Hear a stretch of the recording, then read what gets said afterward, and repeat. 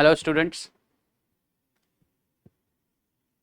welcome to the Mentora IAS.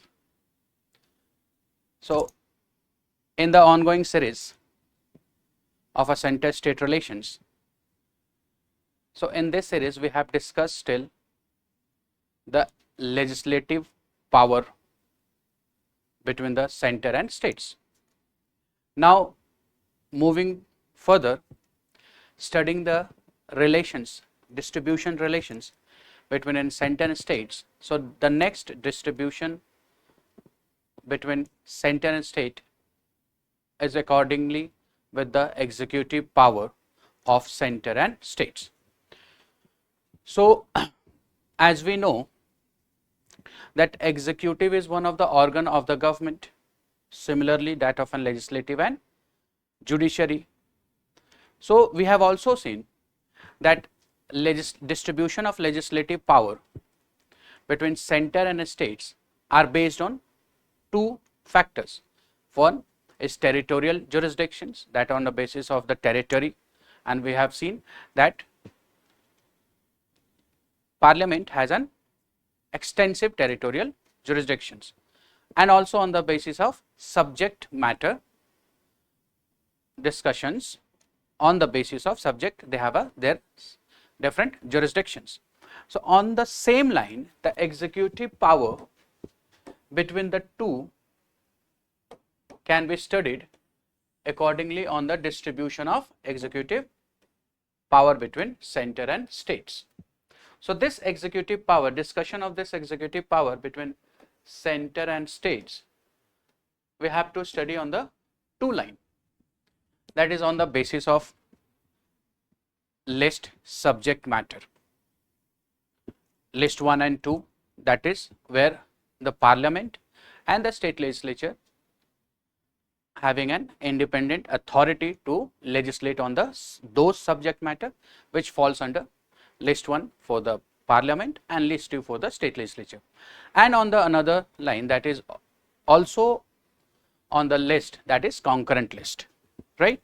So, what executive power do they have with respect to the concurrent list? So, if we see, the executive power of the states or an union will be coexistence with their legislative power, with their legislative power. What does it mean? It means that the states is to authorize or exercise its executive power only on those subject matter which falls under the list 2. So, if we see the subject matter with respect to the list 2 that comes under the state legislature, so they have been empowered by the constitutions to legislate on those subject matter. Similarly, the executive power of the states is also assigned to them, that will coexistence with the legislative power. It also means that they can only exercise or the executive power with respect to those matter only which falls under list 2. This is for the state, and it also means that they can only exercise, the state can only exercise the executive power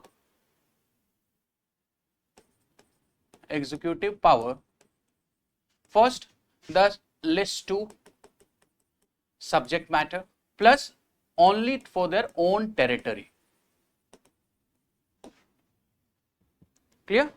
So, this is the executive power of the states.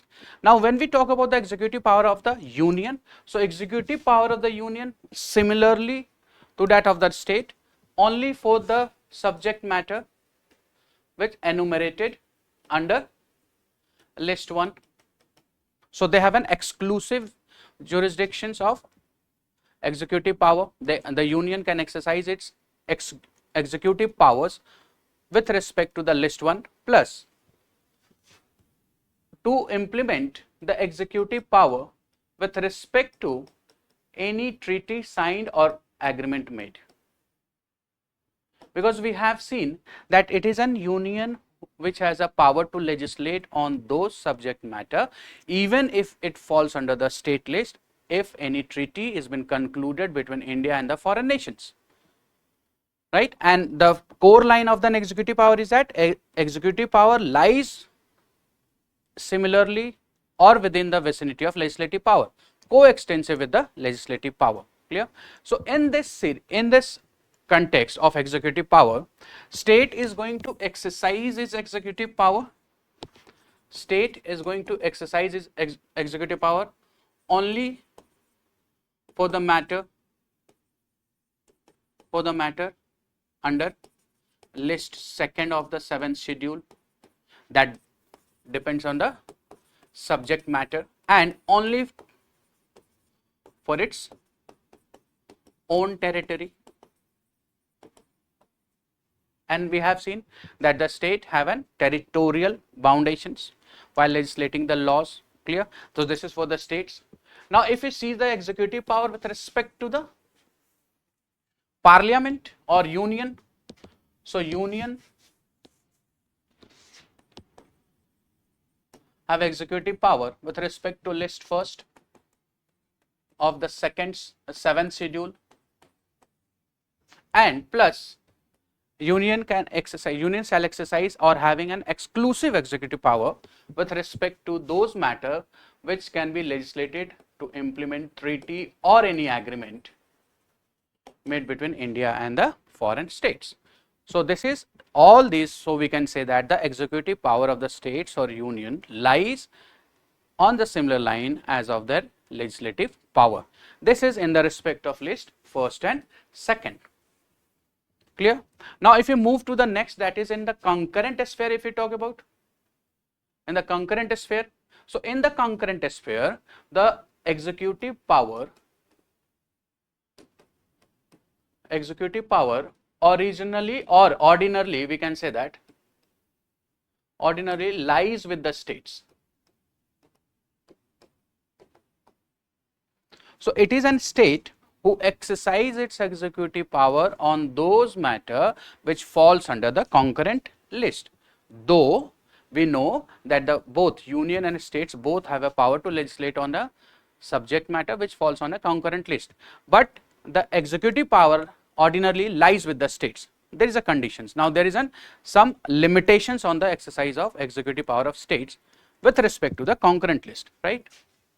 So state exercise executive power with respect to the concurrent list. Ordinarily it belongs to the state, but it says that the limitation is this, that if any executive power assigned to the union, either by the constitution itself, so constitutions, if it itself provide or have a provision that the certain functions related to the subject matter under concurrent list will be exercised, executive in terms of executive power to lies to the union, so that subject matter of an executive power will be given to union. So first, this is the first limitations on the executive power of states with respect to concurrent list. Second says that if any executive power assigned to the union through parliamentary law, and if there is no provisions under constitutions that assigns the executive power to the union, or if there is no statutory law formulated by the parliament that allows the union to exercise any executive power, then ordinarily it will be lies with the states. So this is the executive power between the union and states in the sphere of list 1 and list 2 and the concurrent list. Clear? And we have also discussed, and we also know that Indian federalism having a strong center, it means the center has a control over the states. So this features of control of an union over the states also applies to the control of an union in terms of executive power. So now we will discuss that what are the scenarios or occasions when the executive power of the states has been controlled by the union, because we know that the Indian federal system lies or tilted towards center, or is a quasi federal as we all know, or having a strong center. It means the center has a control over the state. So now we will see those provisions which talks about the control of an union over the state's executive power. So control of union over the state's executive power. So what are the occasions? So first it says in normal times. In normal times means in when there is no emergency is applied. It means there is no national emergency, there is no state emergency, or there is no financial emergency. If there is no emergency applied in a nations, whether being in the form of 352 national emergency, 356 state emergency, or 360 financial emergency. So in that period also the center have a control over the executive power of the states. Now this executive power of the states controlled by the union in normal time through directions, by giving directions to the state in respect of executive power. So the center or the union has a power to give directions to the states with respect to the executive power. So center can direct the state to safeguard the railways functioning in state, safeguard the railways operating in the state,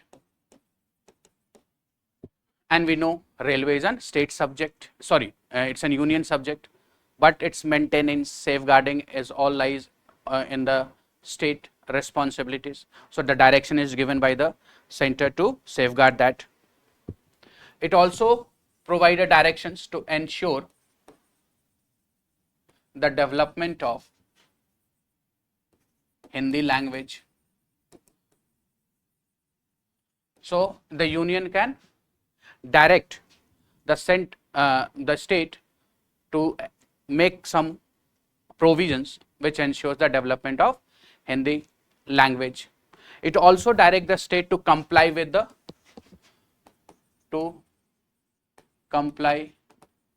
the provisions of constitutions,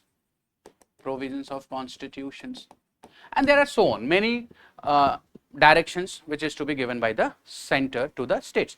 Through these directions it is controlling the state's executive. So in normal time, when there is no emergency imposed in the country, whether in the form of national emergency, whether in the form of state emergency, or in the form of financial emergency, then also the center have a control, because we know that the center, Indian federal system having a strong center, and this feature will have a control over the all activities of the states, including the executive power. Clear? This in the normal times the center control through the directions that has been mentioned under the constitutions. Clear?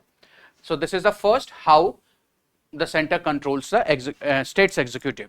Second, in terms of emergency. So when there is an emergency imposed in a state, so during that emergency the center can also control the executive. Now when we talk about emergency, so it talks about two emergencies, Article 352, that is national emergency, and Article 356, that is state emergency or president rule, whatever you can call. So during the national emergency, constitutional provision says that the state executive power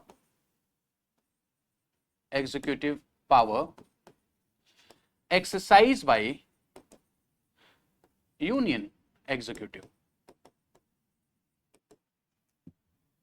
without suspending the state government.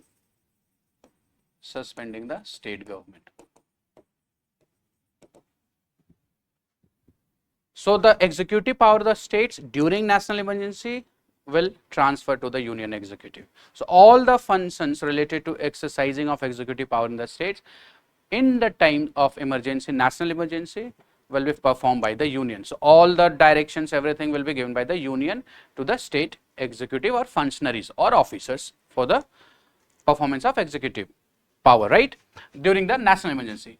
During 356, when a state emergency imposed or a president rule imposed in a state, during this period also, so executive power of state also exercised by union executive, right. So in normal time also we have seen how the Union is controlling the state's executive power. In emergency, 356 and 352 also allows the union to take over the executive functions of the state. So in 352, national emergency without suspending the state government, but in the state emergency or a president rule, the government of a state will be suspended and all the executive power transferred to the union or exercised by the union. Clear? So this is the emergency period. In the next is during proclamation of financial emergency. So during proclamation of financial emergency under Article 360, so it also controls the executive power of the states. How? By giving directions that to cut the salary, to cut the salaries of even the judges of high courts staff, right? It also give directions that if any money bill or finance bill is introduced, that has to be reserved for the president consideration, and without the president considerations it cannot be passed. So these are the directions to curb the financial resources during the national financial emergency. So this is how the executive power of the state is controlled during the financial emergency. Clear? Next, it talks about that power of the state to entrust functions to the union. It also gave power to the state that the governor of the state can entrust any executive function to the union, those power which lies within state executive. So governor can assign or can give any executive power related to any matter which is belongs to the state, that can be given to exercise by the union executive. So this is how the union is been controlling the states under the Indian federal system. Is it clear? Right? So now we will move to the next topic, that is administrative. So next, relations between center and states on the basis of administrations. How the administrations is been controlled or power is distributed, distribution of administrations. Before starting the administrative relations, we should understand one basic core theory behind this, that if we talk about an administrations, so here we can understand that one of the branch of the government is executive, right? Other branches of the government or legislature or and judiciary. So they are the other organs or branches of the government. Now when we talk about the one of the branch, that is executive, so this executive branch include two types of executive. One is temporary executive, also known as minister executive, and one is permanent executive.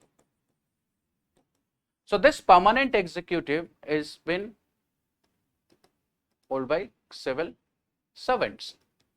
And why permanent? Because they are for the fixed tenure, they will be there till their retirement. So they are there for the fixed tenure, but this ministers executive are temporary because they are there for the maximum of 5 years, or they can also be removed from the office before the completion of the 5 years. So they are known as an temporary executive or ministerial executive, right?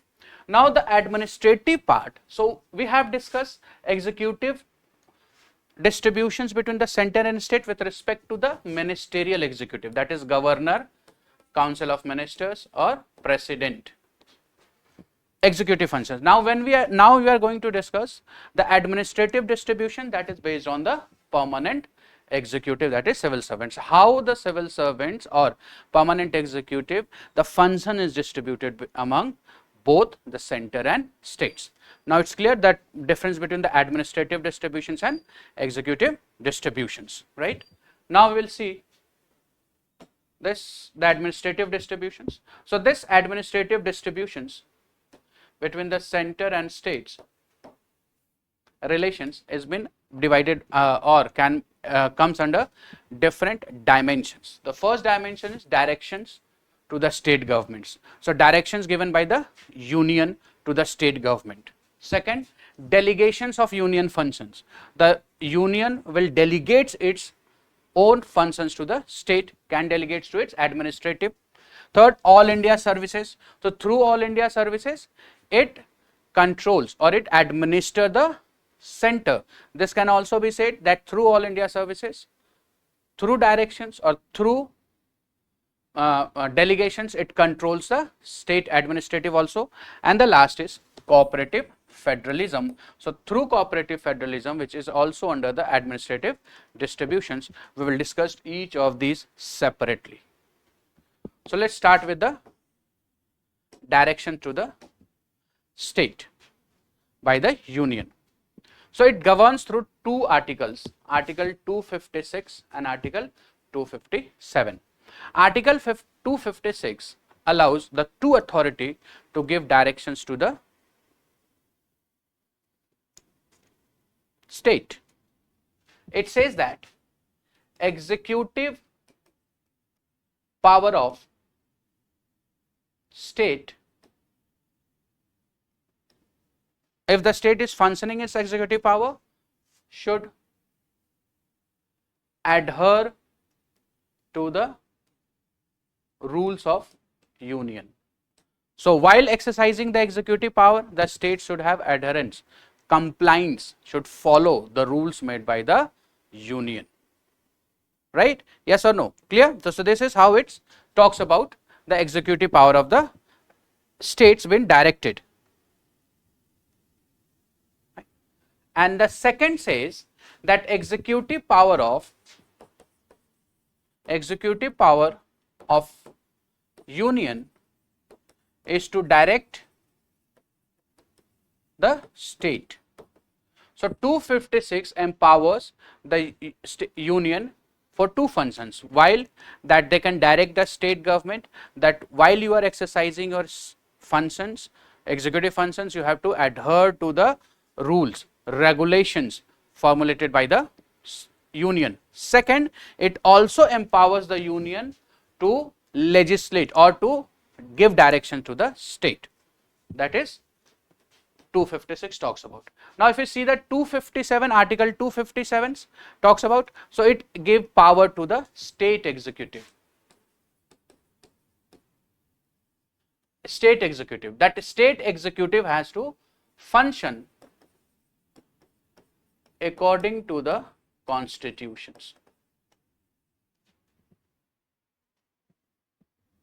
which means that while exercising its executive power, they should not or they shall prevent from interfering the union executive functions. So 256 ensures that state should compliance with the rules and regulations of the union, and also it empowers the union to give directions to the states for the executive functions, whereas 257 it ensures that the state should function according to provisions of constitutions, which means that it should not interfere in the functioning of executive power or functions of union. So it hinders or it takes precautions that the state should prevent from interfering into the executive functions if there is a chance of collisions is in the state executive. So this is the directions to the state government. Through this it is shows that how administrative distributions between the two center and state has been given. Clear? If you see the next in the line, that is delegations of union functions. Now when we talk about the delegations, so what does the delegation means? So first, what is delegation meant? Is to assign own function to others.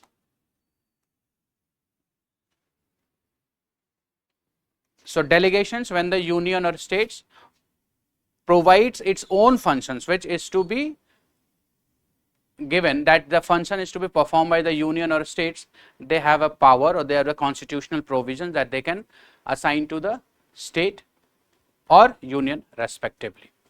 So this article 258 says that the president,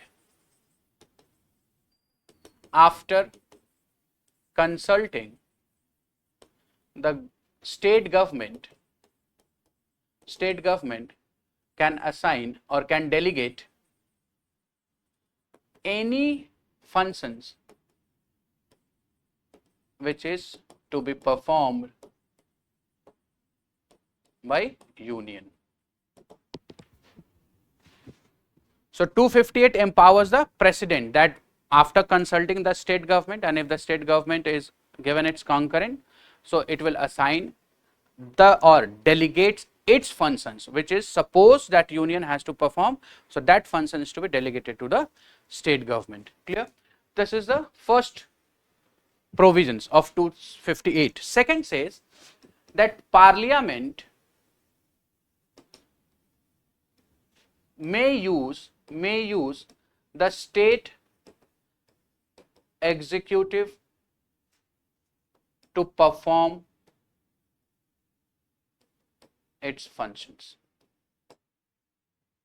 So it empowers the parliament also, that parliament can use the state executive, and by using it can make them to perform those functions which is assigned to the union. So through delegations, the president is delegating the power of the union to the states after consulting, and the parliament can use the president can delegate its union functions to the state after consulting with the state government, and the parliament is empowered to use the state executive. So this is delegations is power given to union. Do the constitution talks about delegations power of the state? Yes, that is 258. This empowers the state government to delegate its functions to union, which says that the governor, after consulting the government of India, entrust any executive functions or administrative functions to the union, which is supposed to be performed by the states. So this is how delegations of power is to be given to the center by the states and the state by the center, which the president has also power to delegates the power, or the parliament can also use the executive to function to make them the functions as an executive union functions. Clear? The next in the line of an executive administrative power distribution is All India Services, Article 312. Here we have seen how and why it is why we are discussing All India Services under administrative, because they are the part of the executive which are responsible to administer the union or state laws, policies, schemes, implementations. So Article 312 empowers Rajya Sabha that if Rajya Sabha pass a resolutions with special majority,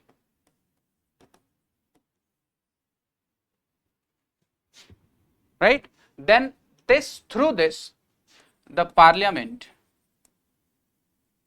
can include any services into All India Services. So it is an to the parliament to include the any services under the All India Services only if it has been passed by the Rajya Sabha with the special majority under Article 312, and they will help to administer the executive of power of the union and the states. Clear?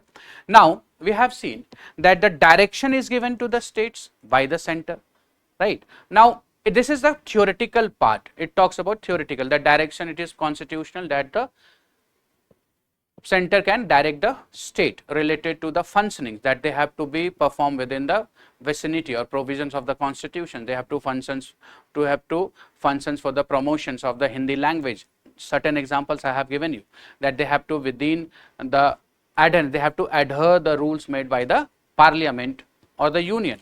But what if the state do not comply with these directions?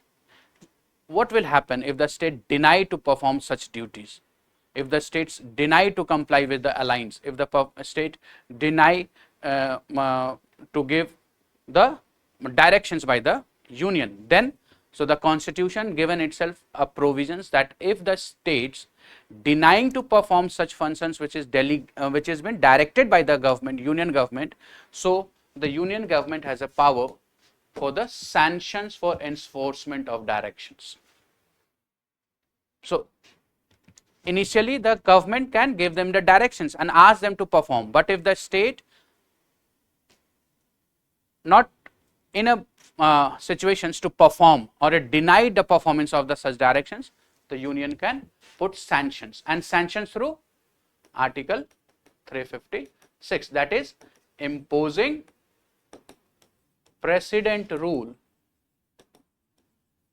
in the states. Now, on what ground? On the ground that the state is not functioning according to the provision of constitutions, because these are the constitutional provisions and the constitutions allow the center or the union to give directions to the state. But if the state deny to perform those functions which is directed by the states, so it means that the state is not functioning according to the provisions of constitutions, and if the state is not functioning according to the provisions of constitutions, that leads to that empowers the center to give them to enforce a precedent rule in the states, and that becomes the constitutional provisions. Is it clear? So, this is the administrative relations between center and states.